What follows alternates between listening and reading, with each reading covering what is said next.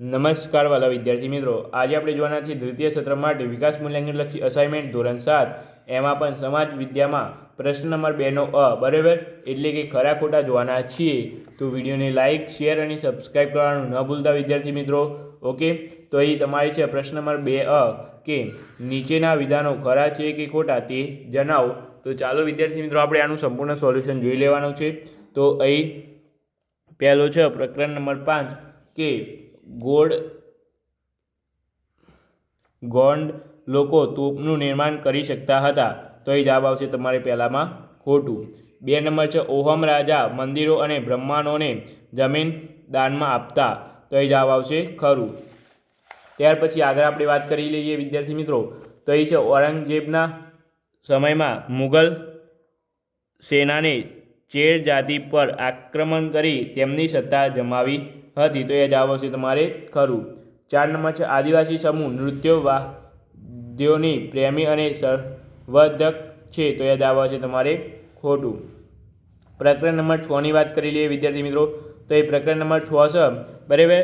ભારત સરકારે સ્વતંત્રતા બાદ વિચરતી અને વિમુક્તિ જાતિઓને વિમુક્ત જાતિઓ તરીકે સન્માન આપ્યું હતું. તો એ જવાબ આવશે તમારે ખરું. ઓકે વિદ્યાર્થી મિત્રો.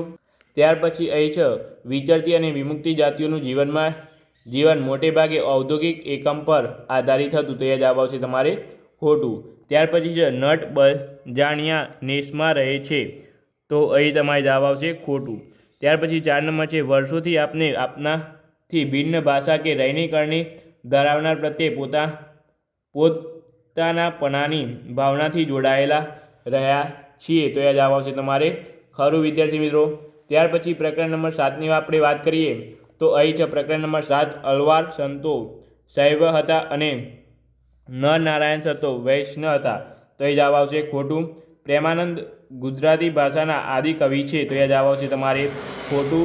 ત્યાર પછી 3 નંબર છે મીરાબાઈ નાનપણથી કૃષ્ણ ભક્ત હતા. તો એ જવાબ આવશે ખરું. જ્ઞાનેશ્વર મહારાષ્ટ્રમાં ભક્તિ આંદોલનના શ્રી ગણેશ કર્યા હતા. તો એ જવાબ આવશે તમારે ખરું વિદ્યાર્થી મિત્રો. વિડીયોને આગળ લઈ જઈએ એ પહેલાં એક તમને નાનકડી વાત કહી દઉં. વિડીયોને લાઇક, શેર અને સબસ્ક્રાઈબ કરવાનું ન ભૂલતા વિદ્યાર્થી મિત્રો. અને આવા જ વિડીયો જોવા હોય તો તે જ સબસ્ક્રાઈબ કરી દો અને આપણી બેલ નોટિફિકેશન ઓન કરી દો અને આપણા વોટ્સઅપ ગ્રુપમાં જોડાઈ જાઓ. નીચે તમને લિંક મળી જશે. ઓકે, તો વોટ્સઅપ ગ્રુપમાં જોડાવાનું ભૂલતા નહીં. તો ચાલો વિદ્યાર્થી મિત્રો હવે આપણે આગળ જોઈએ પ્રકરણ નંબર 8. અહીં છે તમારે મને પ્રવાલમ ગ્રંથ લીલા તિલક શૈલીમાં લખાયો છે. તો એ તમારે જવાબ આવશે ખોટું.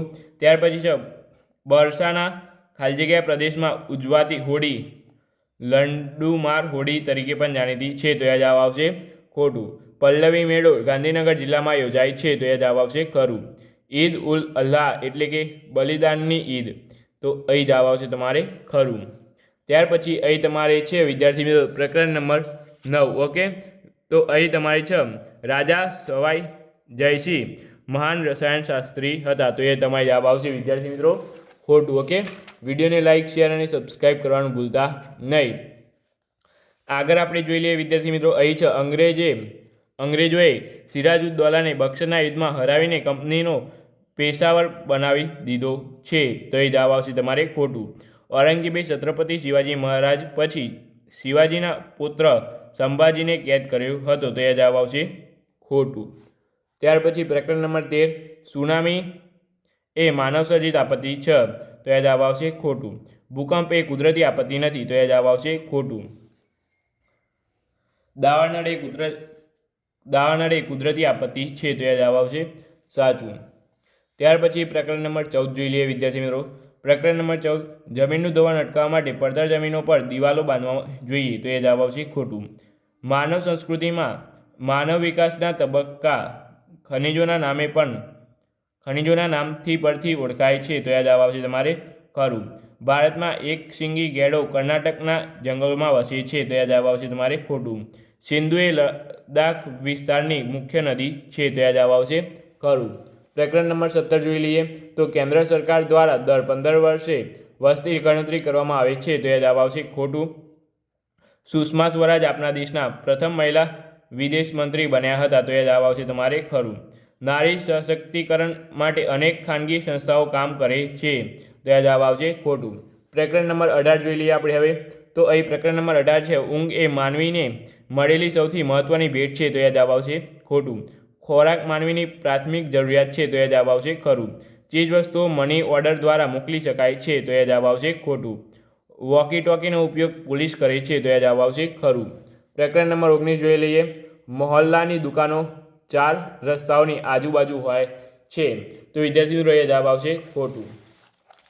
ત્યાર પછી લાસ્ટ ખરા ખોટા જોઈ લઈએ વિદ્યાર્થી મિત્રો. વિડીયોને લાઇક, શેર અને સબસ્ક્રાઇબ કર્યા વગર જતા નહીં. અહીં છે નિયંત્રિત બજારને માર્કેટિંગ યાર્ડ પણ કહેવામાં આવે છે, તો એ જવાબ આવશે તમારે ખરું.